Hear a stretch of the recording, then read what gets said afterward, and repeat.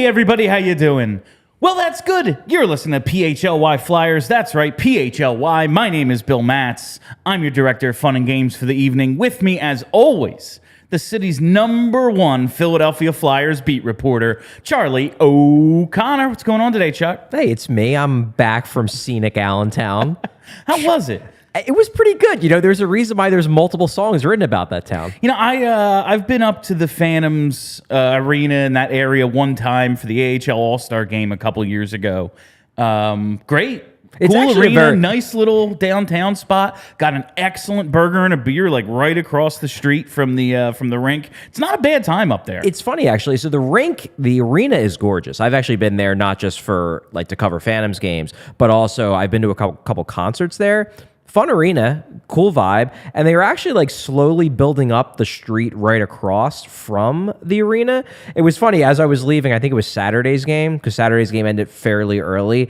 It was a beautiful night, and they had a band playing. It was a cover band. I think they were playing like Guns N' Roses or something. I love a good cover band. It was pretty cool. Sea-Isle, but baby. the problem was, is as I'm walking by, I'm like, that's pretty cool. They're creating nightlife around here. And then I look over in the little alleyway. It's basically like one of those outdoor mall type things. Yeah, it's very nice. And I look in, and there were maybe like 7 people. And I say, I like Slowly the but idea. surely. I like the effort. And there were some people with Flyers jerseys on, so they were coming from the game. There's potential here, but clearly it's not the place where all the kids in Allentown go to hang out on Saturday night. Well, not At least until not until the Phantom season starts. Then I'm sure it's a poppin' place. Oh, of course. Charlie was up in Allentown on a Friday and Saturday to catch these rookie games. The first one streamed, and the second one was actually on television. Correct. Yes. So a lot of people were able to catch these games, but we are here to break them down for you, at least to start the show, because, I mean, hell, it's what we talked about for the entire first week of the existence of this podcast. Sure did. Was the beginning of rookie camp and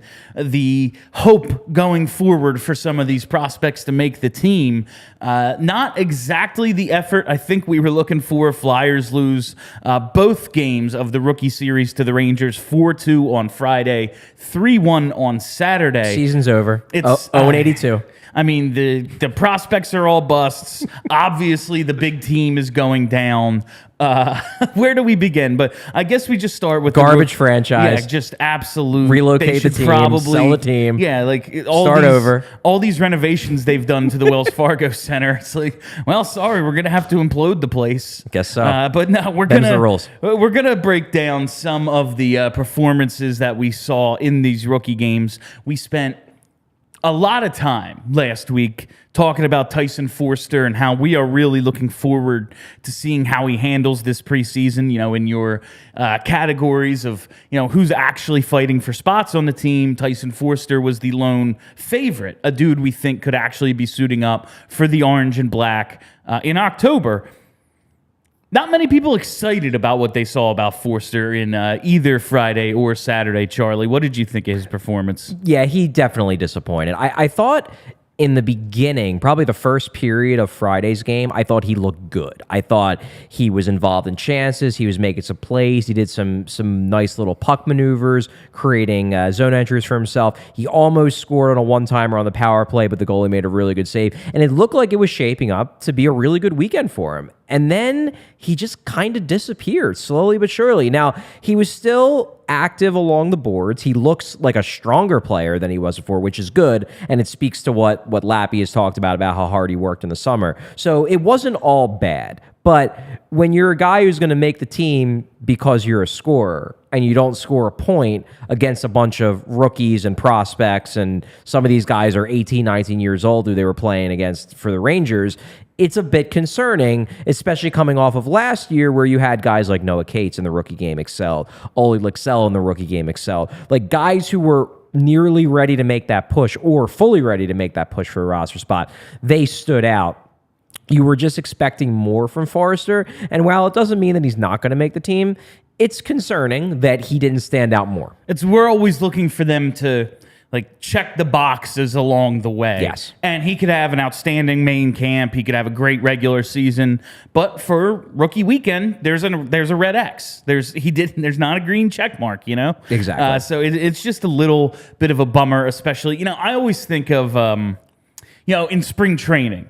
oh man, this pitcher had a bad start. It's like, well, actually, he was just working on developing a changeup that he doesn't actually throw. So he's not trying to strike dudes out. He's trying to do this one thing. And maybe a guy like Foerster gonna come in and it's like, okay, I'm really worried about my board battles or something like that. But one practice in, like they had one formal practice before these games. True. You're expecting the skilled guys to kind of just take over. Yes. And that was not on display. There's been a little bit, I don't know if we call it buzz, but I guess if you're looking for a long shot bet, and this is not a lead into the DraftKings read yet, but it should have been. Like if you're looking for a Calder Trophy long shot, like Tyson Foerster's a guy who on a bad team is going to get a ton of opportunity, we think. And if he's just going to shoot away, like, yeah, if he puts in 40, he's got a chance. You look across the way at a couple of teams. You see Adam Fantilli, hat trick, 5-point game. Freaking Bedard. Yeah, he's incredible. Just hat trick, 4 points in his. And it's not as if Foerster is in any way comparable, but he also is a couple years older than these dudes, has that advantage. You didn't get that sort of performance out of him. No, you didn't. And one thing I will say, and I'll give Ian Laperriere credit here, he was tough on those guys after the game. We spoke with Laperriere. He was tough on all of them after game one on Friday, which I was a little surprised about because I thought on Friday, well, none of them really scored. And I'm talking Foerster, obviously headlines this, but also guys like Elliot Desnoyers, Bobby Brink, guys who they're making pushes to try to make this roster out of camp. And Lappy basically said we need to see more from him on Friday. And then on Saturday, I mean, he really didn't bury them, but he made it clear that he was dissatisfied. Like the quote that jumped out at me the most was, hopefully it's a wake-up call for some of them. At the end of the day, they want to make the big team, but they have to do a little bit more. And that's very much that's shots fired. It's basically like, look, you can't just cruise into a roster spot. You need to take a good old look at the mirror and say to yourself, I didn't do good enough this weekend. I need to be a lot better once main camp is. Not only do I have to be a lot better once main camp starts, I have to be a lot better these final couple days of rookie camp to basically get that bad taste out of the mouths of all the Flyers brass that were up there. And basically everybody was there. I did not see Torts. That's not saying he wasn't there. I just didn't see him. But I saw Danny Briere. I saw Brent Flair. I saw multiple members of the front office. Patrick Sharp was there. John LeClaire was there. A lot of people in the organization, a lot of people with power in the organization were there watching these games. And none of those people were going to come away super impressed with what they saw from the guys who were supposed to be making the biggest impact. So this is a real kind of like a put up or shut up moment, especially for somebody like Foerster, where, the gauntlet's been thrown down. Now, that first preseason game, those first few days of main camp, when he's against NHL players and not just a bunch of prospects who might never make it for the Rangers, he needs to play even better than he would have had he excelled in these two rookie camp games. And the idea that this criticism came from Laperriere, I know, he's the Phantoms coach, so he has to take on a bit of a different role, but our exposure to Ian Laperriere was one of those professional best friends we talked about. He was good cop in the locker room when he was up with the big team. Whoever yelled it, whether it was Hack, whether it was Vigneault, whatever. To be sure. Laperriere would then put his arm around you and go, okay, but this is what you did well, and this is what we just want to see more out of you. When he goes to Tyson Foerster in the media and is like, yeah, we need more. Yeah. That is as high of criticism I've seen him level at anyone. Now, maybe it's different if you cover the Phantoms day to day, and after a game they lose 5-1 or something, he's probably not happy. But in this role, it's the most critical I've seen him be of anyone. Yeah, and this obviously, he's obviously the Phantoms head coach, and he's doing the day-to-day to the Phantoms, but this rookie camp was just as much about the big club as it was about his club, just in terms of the fact that guys are preparing for main camp, and there is going to be a Lehigh Valley Phantoms camp, but that's later. This was prep for main camp, which means that when he's criticizing these guys, he's criticizing them with the platform of saying, hey, if you never want to play under me ever again, you better play better, because what you did this weekend, that's not going to cut it. So Elliot Desnoyers, another guy who it sounds like played to his strengths, winning board battles, trying, like just working hard, doing that detail stuff we talked about. But the high end, maybe he's not going to be one of these dudes in the NHL, but in a rookie game, in the AHL, I think we expect to see a little more skill out of him than we saw. Yes, yeah. And there were a lot of little parts of his game I liked. He was real strong on the back check. He was strong in battles. He made some slick passes. Like, he's a good player. And I think he's going to be a good NHL player. But if you're going to make this team, you're not just going to slip on having a good camp, especially given the kind of competition he's going to be facing in the bottom six. He needs to score some points. And one thing that he did do last season, by all accounts, from the people I've talked to who watch the Phantoms regularly, is that he scored a lot of dirty goals. He got into the, into the high danger areas, scored some rebound goals, fought in scrums, got a lot of his goals like that. As we talked about, he led the Phantoms in goals last year. It wasn't Tyson Foerster and his big shot. It was Elliot Desnoyers. And Desnoyers, to me, in those rookie games, he was just on the perimeter too much. There wasn't enough. I wasn't seeing him attacking the blue paint. That's probably the most concerned. You are definitely not going to make a John Tortorella team and play in the bottom six if you're playing on the perimeter. Exactly. Jake Voracek couldn't make a John Tortorella team playing on the perimeter, and he's one of the best perimeter players I've ever seen. Yeah. I'm just like, Elliot Desnoyers, you're going to need to get dirty. Yeah. That's what it comes down to. And I think that, to me, that's what was missing out of his game. And again, wake-up call. This isn't enough. If you're going to make this team out of camp, and I would lean towards him not making the team out of camp just because of the competition, but if he's going to make this team out of camp, he can't just be doing the little things. He can't just be winning puck battles and forcing some turnovers here and there and, blocking a key shot. They have a team of those guys. Yeah, that'll impress, and Torts will remember that. But that's not going to get you on this team. What's going to get you on this team is you scored 2 goals and got some assists and made some plays and basically made the case that you can't not have me on this team. And that was not the Elliot Desnoyers that I saw this weekend. We've talked so much about the competition in this bottom six. They have plenty of guys who are willing to put their head down and do the little things. To be sure. He's Desnoyers seems effective at them, but he's going to need to stand out beyond that. Yes. They have plenty of dudes who can be on the wing and block a shot. Yeah, of course. It's the only thing they have. It's the only thing. Tons of those it's guys. the only thing they're stocked with. He needs to show, and some pucks are going to go in the net sometimes too. Exactly. Bobby Brink is the one that's most disappointing to me. I mean, Foerster, because you were just expecting he's the one we expect to see him in the NHL. Yeah. And Brink at some point, but I never thought he was making the team in October. But when it's 5-on-5, he looks a step behind. Well, shit. That was the fear. That's the concern.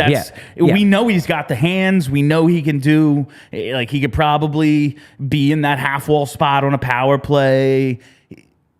It's the 5-on-5. Can he keep up? Yeah. And listen, again, it's first weekend back from the surge, or from finally recovered. He's still got some getting in shape to do. But we were told, I would hope not. But we were told he's in the best shape he's been in since the injury. Exactly. He's really looking to stand out, and he didn't. Exactly. And I liked him on the power play. He helped set up, I believe it was the first goal on Friday. It was a nice little. It was the Matt Brown goal, right? Yeah, it was a nice little creative play. He kind of tossed it, and Denver Barkey redirected it on net. Matt Brown cleaned up the trash and put it in. So on the power play, he was creative. He showed his vision, his passing ability. He was solid laterally, skating wise. I liked him on the power play. I did not like him anywhere else. And that was scary because, again, as you said, the big thing with him is he has the weird skating stride, kind of has a little hitch. He's better in short areas than he is in terms of breaking away from defensemen and whatnot. And it just, during those games, it looked like everything that you worry about with him, where it's, can he actually separate from NHL defensemen? Because these weren't even NHL defensemen. Yeah. These were just mostly pro defensemen or guys who could have a pro future, and he wasn't able to really separate from those guys. What's it going to be like when he's trying to separate from, even preseason level NHL hockey? Now, again, he could turn it around. He could use this as a wake-up call, and he could come out those first few preseason games and kill it. I'm sure he's going to get a long look. I'm sure he's going to get some games. But again, this was not a good start towards convincing the doubters of Bobby Brink, of which there are many, that he can get it done at the NHL level. And if you're looking to get it done in the bank account, that's right. You're looking. You tried. I tried. You tried. Football is back in full swing with another week of epic games. And who's got you covered on the action for every single one of them? DraftKings Sportsbook, an official sports betting partner of the NFL. And new customers can bet $5 on football and get $200 instantly in bonus bets. Nobody's missing out on the action this season because all DraftKings customers, okay, so you get the sign-up bonus. Cool, but I've been signed up for DraftKings for years. What do I get? Don't worry, they have you back. All DraftKings customers can take advantage of 2 new offers every game day this month. That's right, still plenty of football to be played in September. 2 new offers every game day. So get in on NFL Week 2 action and Week 3 coming up with DraftKings Sportsbooks. Download the app now and use code PHLY to sign up. New customers can bet just $5. Take home $200 instantly in bonus bets only on DraftKings Sportsbook with code PHLY. The crown is yours. Here we go. Gambling problem? Call 1-800-GAMBLER or visit www.1800gambler.net. In New York, call 877-8-HOPE-NY or text HOPE-NY. In Connecticut, help is available for problem gambling. Call 888-789-7777 or visit ccpg.org. Please play responsibly on behalf of Boot Hill Casino and Resorts in Kansas. 21 plus age varies by jurisdiction. Void in ONT. See sportsbook.draftkings.com/football terms for eligibility, terms, and responsible gambling resources. Bonus bets expire 7 days after issuance. Eligibility and deposit restrictions apply. That's a tough word to read. Eligibility. That's a rough. It's one. a little difficult. That's not gonna lie. Charlie's just like, I'm trying to support you here. Charlie's just like, did I choose an illiterate person to host this podcast with me? Semi. You can read. I can read in my head. I can read in my head. Fine. That's what I have to say it out loud. That's why I do this. I just talk nonsense. I don't have to read anything. But sometimes you have to read. We got more left? So no, that was it. Oh, great. That was it. That was the whole read. So Lappy didn't really hold back any of his criticisms about these guys. What did anything? I guess the Foerster stuff is what stuck out most because he's the one. Well, and also because Lappy was so complimentary of him last week. It was very clear that Lappy was expecting Foerster to excel in these games. Maybe it's because I had the context of we had just talked about your article breaking down how Laperriere was like, oh no, Foerster's making the team. Exactly. Maybe he felt a little, I don't want to say offended, but hey, my reputation's on the line. I'm one of the people going to bat for you, Tyson. Yeah. You have to show up in these games. And there's also, and look, far be it for me to act like we in the media have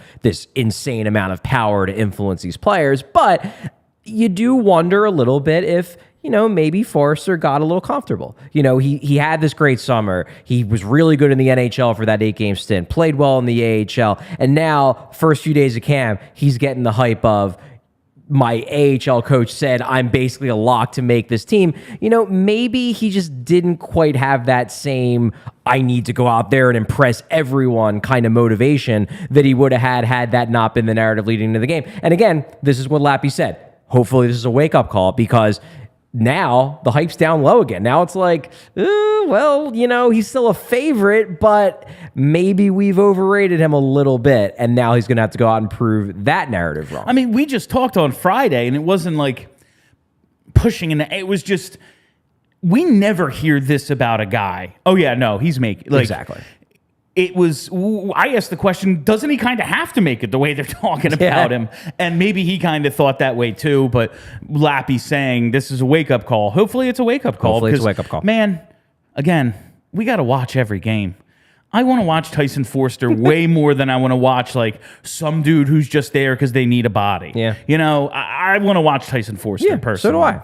But we did see some of that. I need to go out and impress some of that real. We saw some hungry dogs out there, and Zay Wisdom, baby, my guy. He was real good. My guy. I just saw one of the one of the comments in the chat was like, "Know thyself, Bill." Like, yeah, no, I can't read aloud. I know this about myself. I know this about me. Zay Wisdom played like a guy who knows himself. Yeah. He drops the gloves against a dude who's 6'7". Yeah, 240. He got him down. It looked like he had him in a compromised position, and dude got up, and it was over pretty quickly. Yeah. But listen. Give him credit. He took the fight. You know, he took the fight, and apparently they fought before. They did. They fought last year too. So that's wild. That he's just like, yeah, give me some of that. He wanted a rematch. Give me some of that. He's like, this time I'm going to take him in a rookie game, which is awesome. But it seems like everyone was pretty impressed with what they saw out of Zay Wisdom.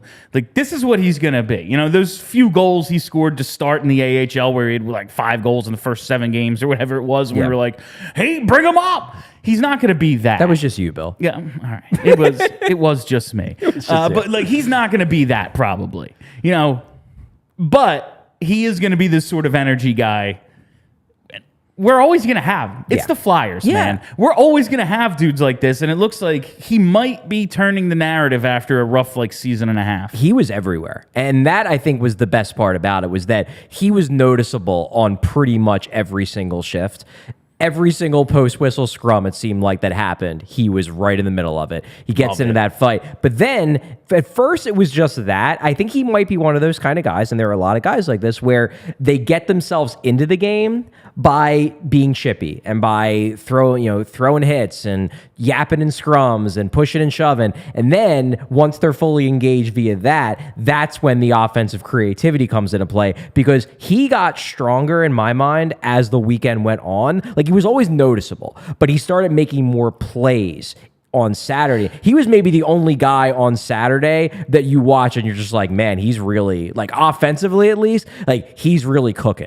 And he scores the only goal. Scored the only goal, which is a beautiful shot. On Friday, it was just like, oh, yeah, he was running around out there. Yes. Not in a bad way, but, you know, he's running around out there. Exactly. And then Saturday, it was, oh, no, he made an offensive impact. Yeah. Yes, he scored the goal, but he was making plays offensively. Consistently. And Lappy went out of his way to praise him. Actually, it was in his very first answer on Friday when we asked basically what were his thoughts, and he basically said Wiz was great. You know, I loved what I saw out of him. Then he goes out on Saturday and is even better. He scores the only goal. He was more consistent offensively, just made a bigger all-around impact rather than just being an energy impact. And then Lappy goes and basically says, so far, he's been our best player. I mean, that's a ringing endorsement. And this is a guy who, don't forget, he spent most of last season in the ECHL. You know, this was a guy who stopped. Was it that much of the season? He spent a lot of well, not most, but he spent a significant portion of the year in the ECHL. And if you're getting sent down to a league that doesn't really produce a lot of...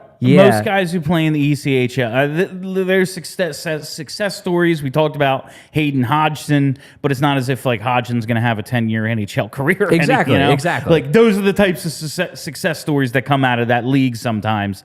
If you get sent down there, it's, ooh, you have fallen. Yeah. And he's building himself back up. He is. And I think he obviously wasn't as underwhelming. He isn't as underwhelming of a player as he looked last year. Maybe this was him just at his absolute best, but we know he's got skill. This is a guy who was on a line with Shane Wright in juniors. This is a guy who, as you said, excelled in his first taste of AHL action. It was sort of the AHL, but still. He was 19, it was against pro-level guys, and he was young, really young at the time. This was huge for him, not because I think he's going to turn this into, like, a dark horse run in a roster spot. Let's not get ahead of ourselves here quite yet. But if he can use this as a springboard to impress in main camp for the little bit of time he's there, and then turn himself into a nightly contributor at the AHL level, then suddenly we're talking about something, and we're talking about a guy who's kind of revitalized his career from a point where, I mean, we didn't include him on our top 20 prospects list. Like, he got votes. He was in both of mine and Alex's top 25 because I think both of us really like him as a player. We like what he could theoretically bring. But he brought it so infrequently last year that you start to wonder, you know, has he just lost it? And what he showed this weekend is he hasn't lost it. He's still got that fire. He's still got that ability to just create energy, to create something out of nothing. And he's got some skill with the puck, too. So really exciting to see Zay Wisdom take that step this week. Hopefully he can build on it. You know, these are my types of players. No, I know that. When the They're Flyers, everyone's types of players. When the Flyers brought Philly. up, I just always remember in those 2011 playoffs against the Sabres when it got real chippy, and they were like, You know what? We're bringing up Ronaldo. Oh my God! I was so mad. happy. I was so mad. I was like, this dude's Ogie Oglethorpe. They're bringing him up to fight in a playoff series. And then remember the Tyrell Goulbourne call up, the absolute highlight of my career. I want him to be this guy finally so bad. But like I a want good Wisdom. version. Yes, no, like an actual, like an actual player. Yeah, a guy who actually will be on the team because he can play too. Yes. But these are my types of players, so I'm really, really hoping for Wisdom. And we're going to talk about a lot of these guys, but because I talked about Matt Brown on Friday, just have to bring up Matt Brown.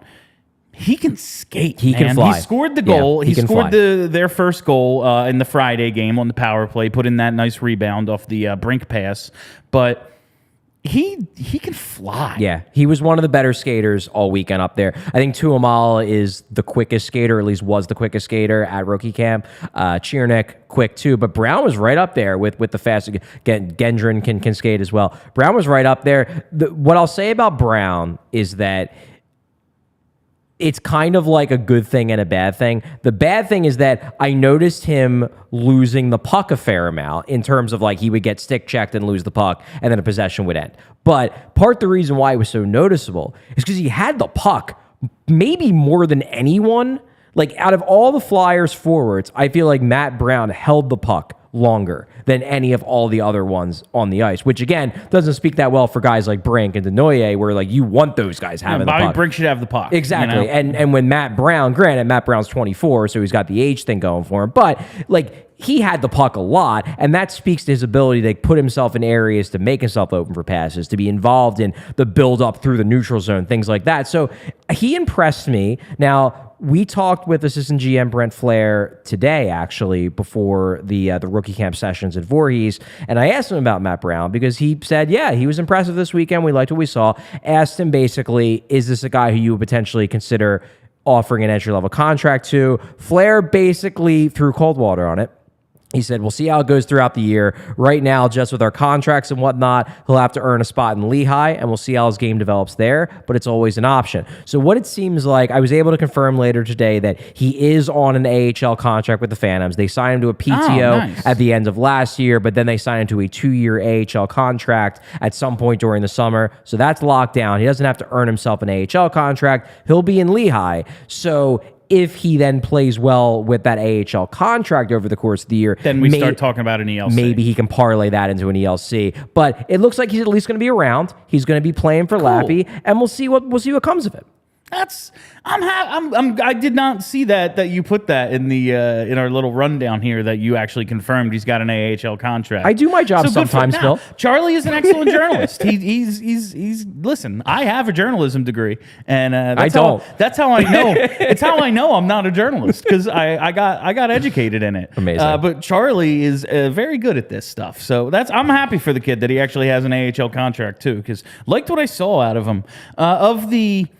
Of the other kind of bigger name guys, because we talk, the ones who disappointed us we've been through, but of the ones we're expecting to see in the NHL relatively soon, who kind of impressed you a little bit? So I would say, and I wouldn't say he dominated, but I would say out of the guys in the mix, Emil Andrae impressed me the most. He showed me the most of what I wanted to see out of in terms of the guys who are legitimately trying to make a push to make the roster. He just played his game. He wasn't quite as physical as I've seen him in the past, but he did throw his weight around. Again, he's not a big guy. He threw some hits. He was mixing it up, but what really impressed me about him was his passing. This was a guy who I don't think there was a more decisive passer on the ice in that game, both Flyers and Rangers. He just... And I noted this on Twitter this morning because I noticed the same thing watching practice today in Voorhees.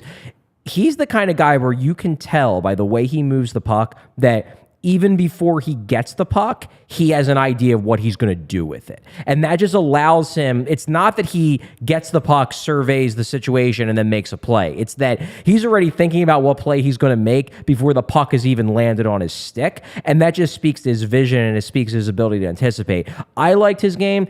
also made me feel better. Lappy liked his game too, so it wasn't just that I was impressed. It was that Lappy came out and we asked him about Andrae, and he basically said Andrae was good. He called him, I want to quote this directly. He said, Andrae doesn't change his style of play because they go after him.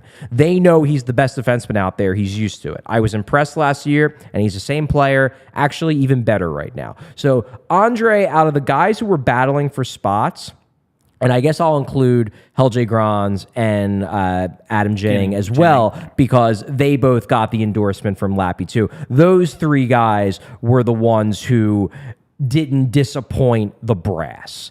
And I think Andrae, out of the three of them, he just did the most because he has the most well-rounded skill set. Yeah. He has the best puck-moving ability. He just has the instincts to go out and make plays, whereas guys like Grans and Jennings are more... They're going to be more the stay-at-home stability guys on a pair, whereas Andre's the guy who makes stuff happen. He didn't create a ton offensively, and I think they want to see more of that to be sure. But in terms of building up, in terms of being aggressive defensively, in terms of breaking up plays, I thought he was good. I wouldn't say he was great. I will say he was good, and while he didn't blow me away, he did what I think he needed to do to keep his momentum going in the right direction. That's when I read that quote in your piece from Lappy, just about how he doesn't change his game. Like they're gonna go after him, and he knows it. Yeah.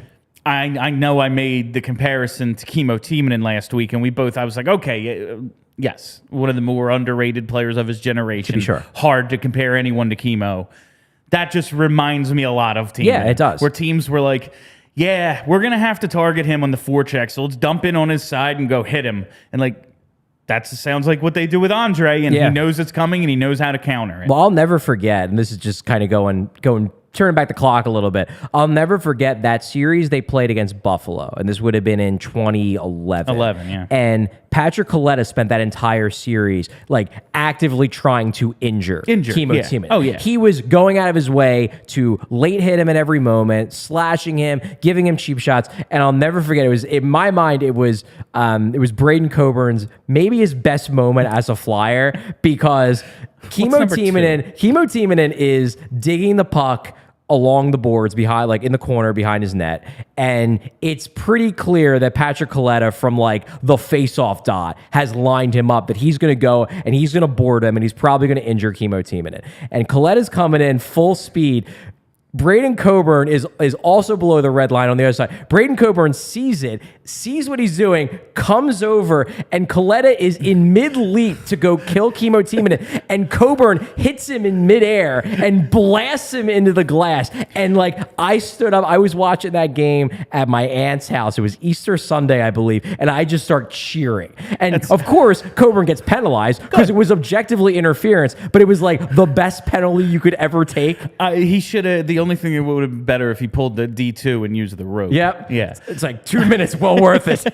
No, but that was, I always, that series, like their coach going on about the Mike Richards hit, and he's boo-hooing about it. It was like you spent the whole series trying to injure everyone. Yeah. Like, too bad. Yeah, exactly. Anyway, back to the current Flyers. I think people were...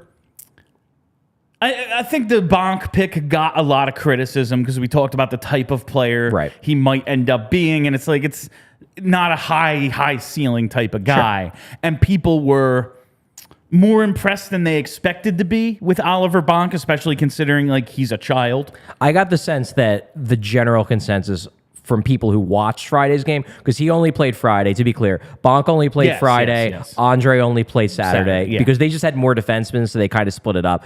I got the sense that from people who actually watched Friday's game on the stream or in person, that the general consensus was that Bonk was quite impressive. And I agree with that. I think Bonk was good. I think Bonk showed... The thing that comes out when you watch Bonk is that there's nothing he's bad at. That he can pass, he can skate. Like, he's not a burner. He's not making the same kind of passes that Emil Andrae was making, but he wasn't missing on any. He's not going to handle the puck like a grenade. Exactly. Like, he can do pretty much everything well. And you watched him and you're like, yeah, I can see why the scouts watched him play and said, this guy's a surefire NHLer, because he looked like a surefire NHLer. That's good to hear. Like, that's... it's the 20s. Like, it's not a high first-round pick, but you still want a ceiling on those guys. sure. And maybe it's a little higher than I know, like, because I've said I've categorized him as a stay-at-home defenseman. And you've said that's probably unfair. Yeah, I push back on that. I don't think he's a stay-at-home He's guy. not he's not going to be Nick Grossman out there. No. Like, he's got a little bit more skill than that. Of the other guys that we saw play, I think you were very high going in on Ciernik, and he did nothing to deter what you believe him to be. He scored on Friday.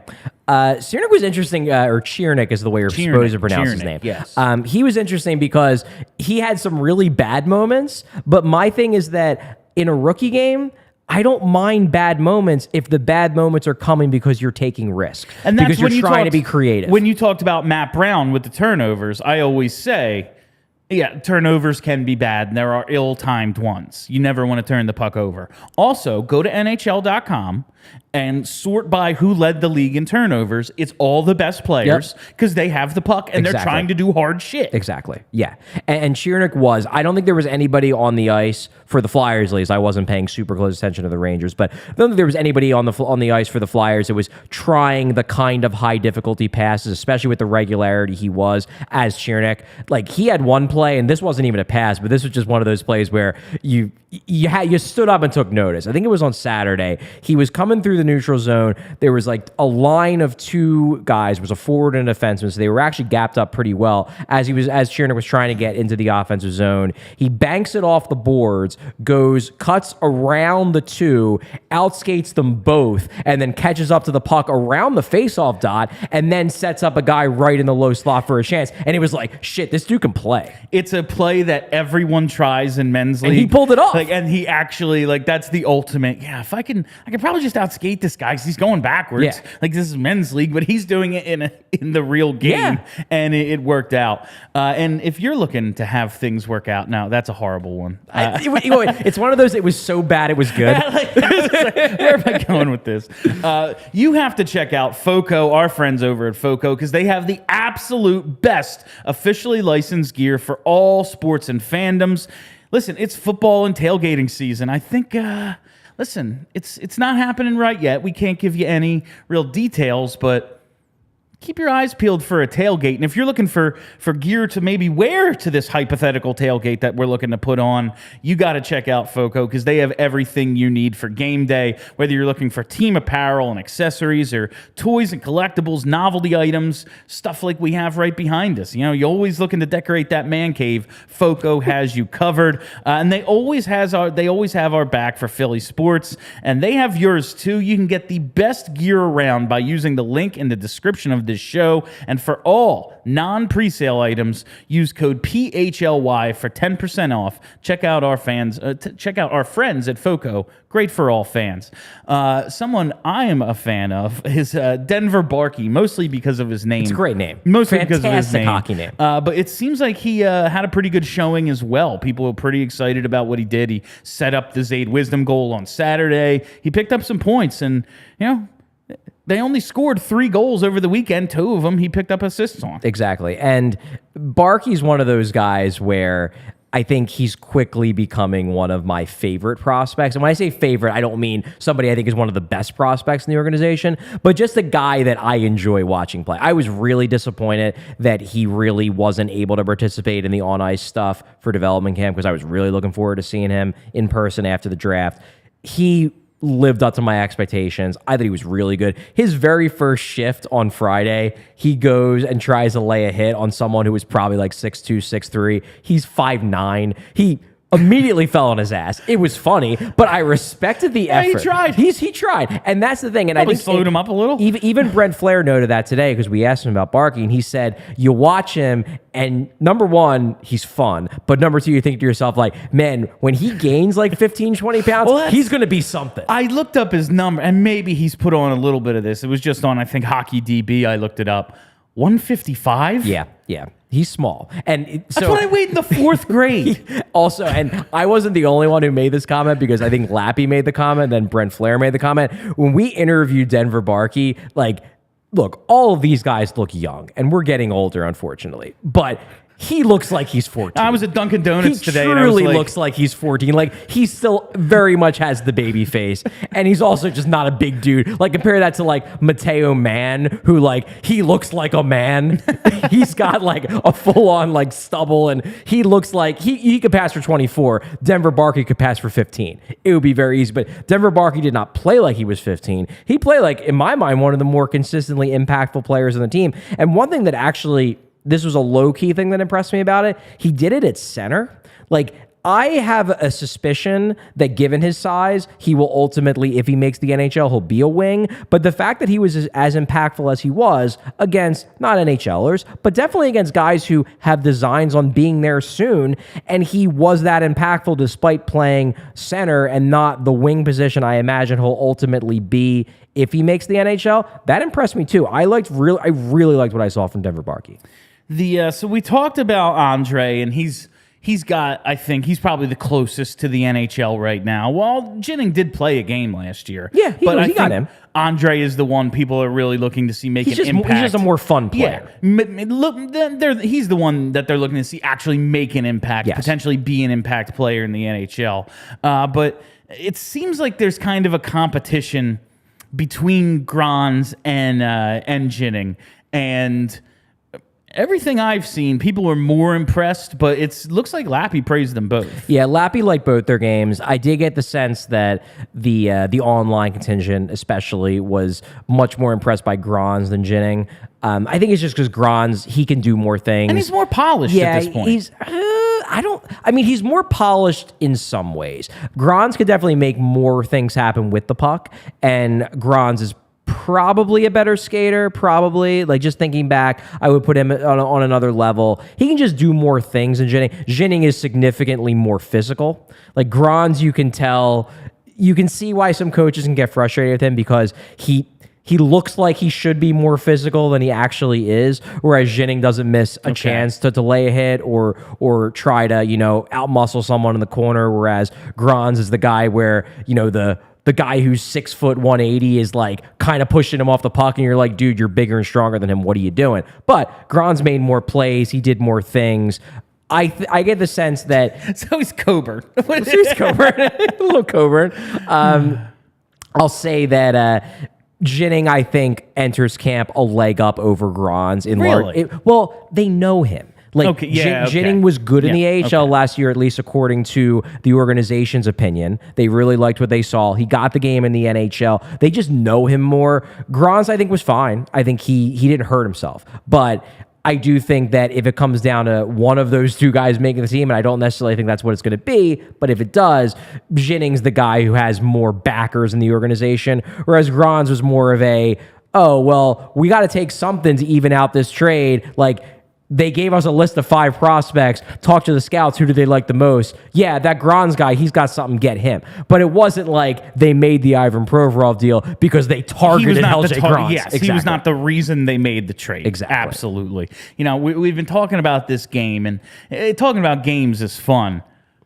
The most fun thing, though, rumors, Charlie. But we love rumors. Before we get to the rumors, it is time to talk about Game Time. Heyo. That's right. It is game time because buying tickets to your favorite events shouldn't be stressful. Watching the Flyers, stressful. Going to the game itself, that shouldn't be stressful. And Game Time has you covered in that regard because it is the fast and easy way to buy tickets for all the sports plus music, comedy, and theater near you with killer deals on last-minute tickets and the best price guarantee. You can stop stressing over the tickets and start getting hyped for the fun you'll have. Game Time is the place for last-minute ticket deals. Forget planning months in advance. Game Time is ticket deals on tickets right up to the day of the event. My wife Ava loves Pink. She's a big fan of Pink. Playing the musician? The musician, okay. Pink. Yes, I was not like, the color? Yes.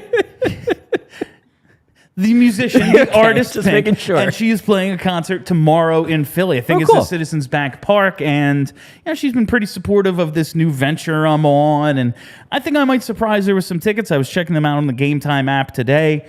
they'll be available right up to the time of the event tomorrow. So I'm probably going to pull this off. Bill, So is it really a surprise if you announce it on the show? she's not going to listen.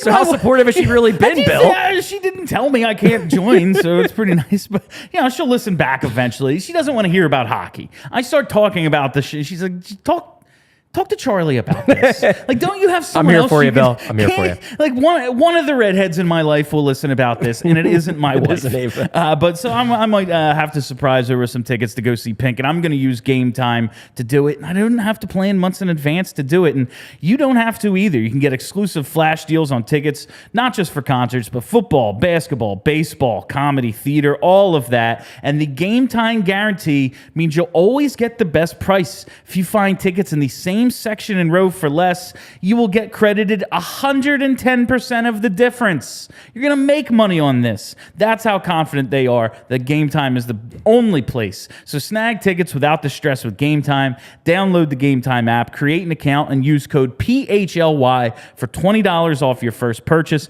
Terms apply. Again, create an account and redeem code PHLY for $20 off. Download GameTime today. Last minute tickets, lowest price, guaranteed. And I guess it's a guarantee we're not getting Shane Pinto, I would say. It's not looking great at the moment. It's not. I mean, just the rumors, it would be a nice trade to make. And what I like is that it seems to have been confirmed that, Ottawa's having trouble clearing space to be able to get Shane Pinto signed. Yes. They need about he's a pending. He's not a pending. He is a restricted free agent. He's a good young player. He is. He's a good young player. 20 goals last year in his first full-time season in the NHL. He's a big center. The Flyers could need that. What I like about it more than anything, if they can get him, awesome, cool. Bring in someone, see if it works. It's got a little bit of that. We're always trying to. It's the Howie Roseman. Yes. We're never done. Like, oh yeah, camp starts in 2 days. Guess what? Roster's not set. If we have to trade Morgan Frost and make this happen, we will. I have no idea what the offer was. I'm just saying I like the idea. Danny started off getting the job. It was like, oh, you're listening on Carter Hart? And he's like, we're listening on everyone. We're doing everything we can. We're having every conversation we can to make this team better.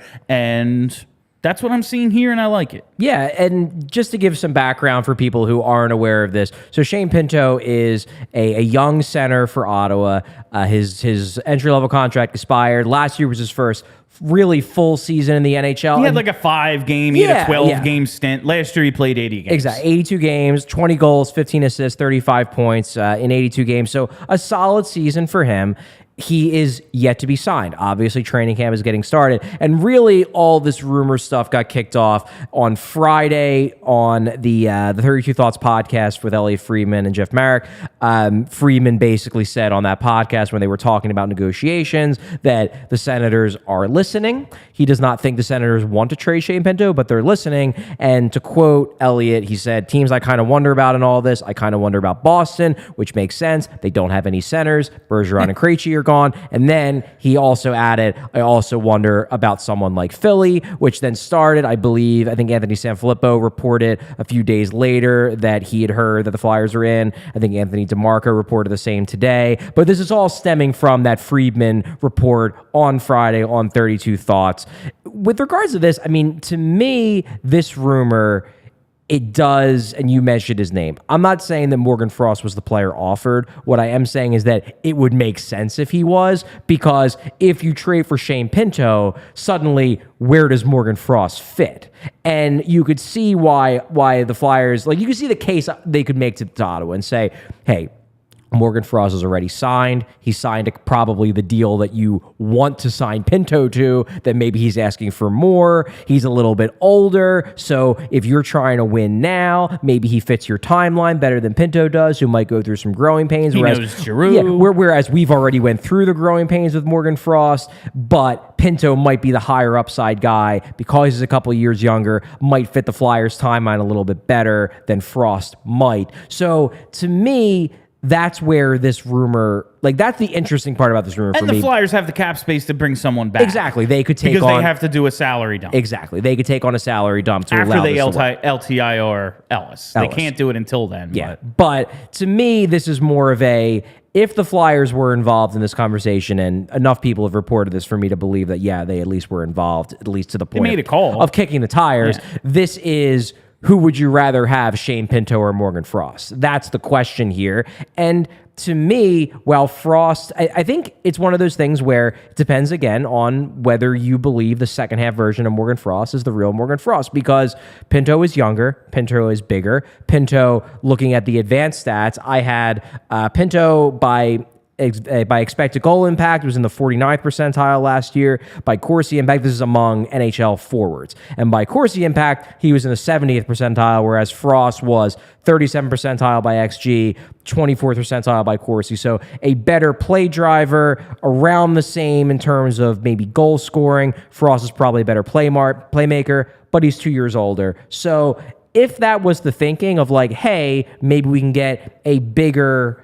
younger version of Morgan Frost for Morgan Frost, I see it. That said, the underlying caveat here is that Ottawa apparently really doesn't want to trade this guy, which is why I don't think it's ultimately going to happen. They're in like just a spot where they have to figure out a way to dump some cap so they can get him signed. And it's like, well, we might not be able to do that, and we might have to do something else. Exactly. So if that arises, the Flyers made the call, and we're like, hey, how interested are you? And I like that. I like that they're making the call. I will say, like, I don't know if I believe what we saw from December through the end of the year out of Morgan Frost is the real Morgan Frost. I am in a... Listen, if you can upgrade, if they think Pinto's better, go ahead. I am kind of in a place, though, with Frost where it's like, get rich or die trying. You're either going to make it here or... I just want to see what happens. I don't even care if you... I don't care if you don't make it. I just want to see the end of the story. I always tell my friends... if you're a serial killer, like if we're in a... Where are you going with this? No, where are you going?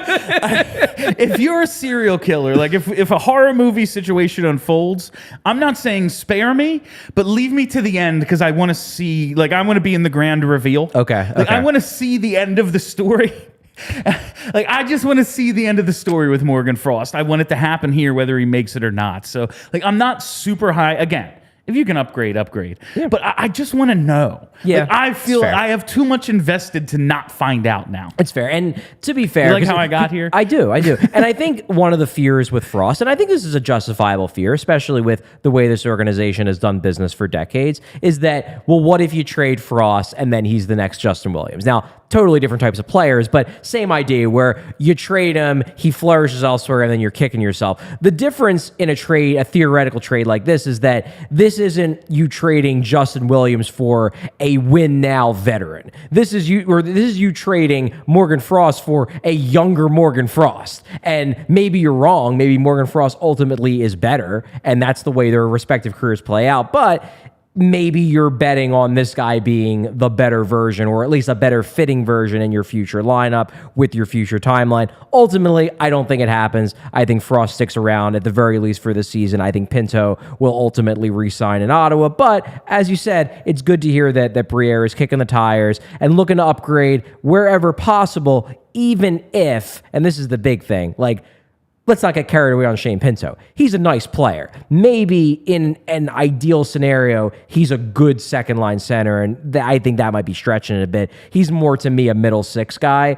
He's not solving the Flyers' biggest problem, which is they need top-of-the-lineup guys that can make things happen. Pinto's a good role player if he hits. He might be better version of more, like, we're trying to figure out where Morgan Frost fits. Can he be a 3C? How high can we elevate him? And it's like, all right, well, Pinto might actually hit that ceiling. Yeah. Or Frost could be better. We don't know. Exactly. But this isn't solved. This is a trade where it's a good trade at the margins, maybe. It's a good thing to look into because you should always be trying to improve. But this isn't saving the Flyers. No. Like, they need really good players. Shane Pinto does not project as a really good player. Like, Connor Bedard is the only thing saving the Flyers, and I don't think he's available.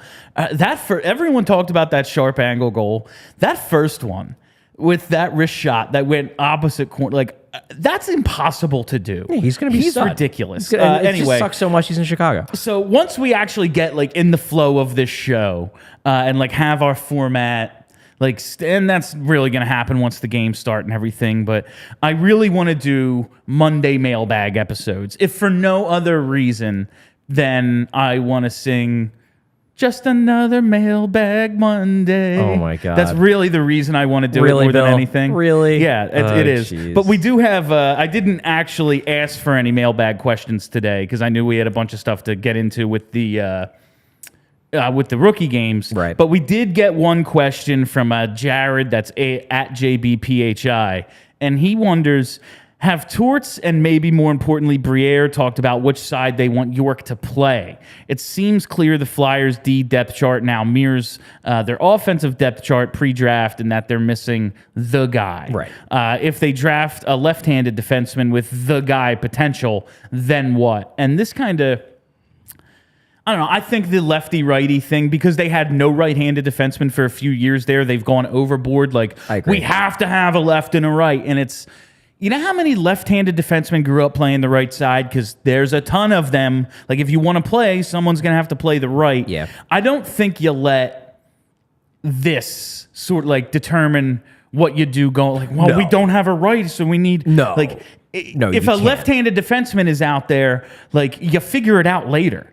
Can Cam York play the right? Can this hypothetical guy play the right? I don't think you let that matter. You can always make a trade. You can always train a guy to play the other side. You figure something. It's like we talked about with the draft. Like, oh, well, they need a center. They need a defenseman. Take the best player and figure it out later, because you can never have enough good players. Oh, I'm 100% with you. And to be clear, I think that York can play both sides. I really do. I think in an ideal world, they'd love to have him back on the left because I think they know he prefers playing on the left, that it just fits. And it's probably more important for him defensively than offensively, just because, look, he's a small guy. He's going to, we talked about with Emil Andrae, the teams were gunning for him. They're going to try to hit him. They're going to try to do the same thing with Cam York, especially if he ends up on the first pair facing off against, top lines and top D pairs all the time. People are going to be seeking him out. They're going to be trying to make it tough on him to break the puck out. It's tougher. It's even tougher if he's having to do that all on his backhand while taking on 25, 26 minutes a night as a top pair defenseman. So ideally, yeah, you want him on the left side. That said, he showed last year he can play the right, and he played quite well on the right with Ivan Provorov. Like, let me put it this way, and I'm going to mess up this guy's pronunciation, his name. Damn it, Charlie! You know that's the one thing I care about. It's basically like the ideal. It's Les Schuenoff. He's like the guy right now defensively. He's a righty. He's like the top defenseman. He's playing for Michigan State this year, and he's a righty. So it would kind of fucking rule if he ends up being the guy. Then York, you move him back to the left. That just makes all the sense in the world. Now, granted, aside from the Mishkov thing, like the way you hope things play out doesn't always actually how they play out. But it would be, I think, ideal if you get a really good right-hand defenseman who can be the guy. But if the really good guy they get is a lefty, you'll make it work. You'll make it work. Only a few minutes left in the show, but I don't think there's anyone after us, so I want to get to this Babcock stuff, Charlie. Oh, here we go. It is so goddamn funny. It is one of the funniest. Well, one, it's really funny because he didn't do anything like bad.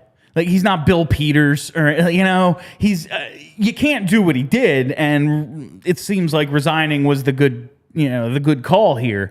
But it is hilarious. It is objectively hilarious that Mike Babcock, known for being an asshole, couldn't make it to preseason game one. It's wild. Couldn't make it to camp. The start of main camp. Couldn't get to the start of their actual training camp because he's having players airplay their photo albums on like a wall. It became a much bigger deal than it seemed like a few days ago. But I even asked, I put this out on Twitter, once an investigation starts with the Players Association, how could they ever get to the point where it's like, yeah, everything's cool, he's the coach? And someone replied to me like, well, yeah, when they figure out they still have to pay him.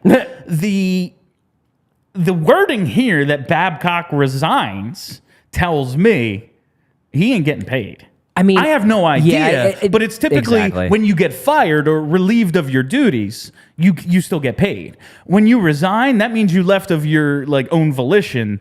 We're not paying you when you quit. All I can say is that I'm sure there will be lawyers. Also, the resignation thing, what that told me also, and I was looking at it kind of from the other side in terms of him getting paid, where it was, you can resign we'll pay you, or we can keep this investigation going, fire you for cause, and then you get nothing. That's, you know what, so that could maybe very well be. That. That could very well be too. That's a definite possibility. On 32 Thoughts, I was listening today because they did an episode basically reacting to this. To be sure, yeah. Elliot Friedman said, "We're watching the end of somebody's career." Do you believe that to be the case? Yeah, I can't imagine. You believe that he will be back? We thought the last one. We knew about all this stuff before. We knew he wasn't a good guy before. And he gets this job. I bet you he's 60. He's not a young man. No, he's not. But there's plenty of old dudes hanging around in hockey. I could very well see him getting another job. Not in the next 6 months, but 2025, I could see him getting a coaching job. So I don't, or being a consultant somewhere. Okay, well, yes, I could absolutely see him being popping up in somebody's front office. Or, I mean, we're seeing that, clearly Bill Peters can get a job in the WHL. Granted, that's not the NHL. But could I see Mike Babcock popping up in Europe? Or popping up in Canadian juniors or something, or coaching a college team? Sure.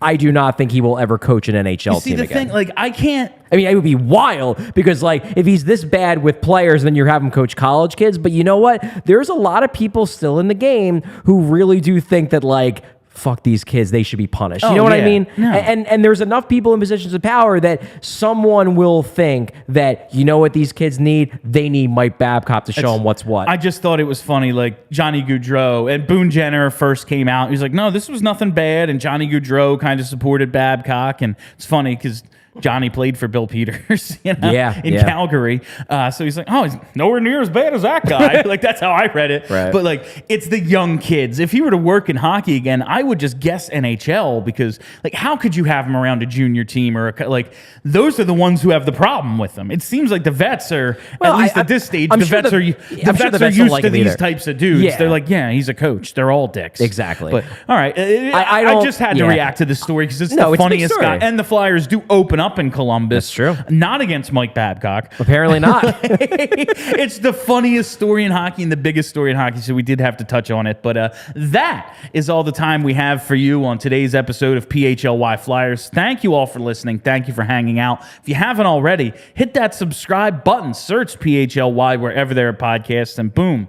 daily content. It's really, I used to say, and boom, content. And it was like, yeah, whenever I feel like doing something. But no, we actually have daily content here at PHLY. So check it out and maybe check out allphly.com. Sign up to be a diehard member and read Charlie's articles because they are damn good. Charlie can write. So that's it for us. Thank you all for listening. My name is Bill Matz. For Charlie O'Connor, have a great week, Philly. We all silly like the mayor.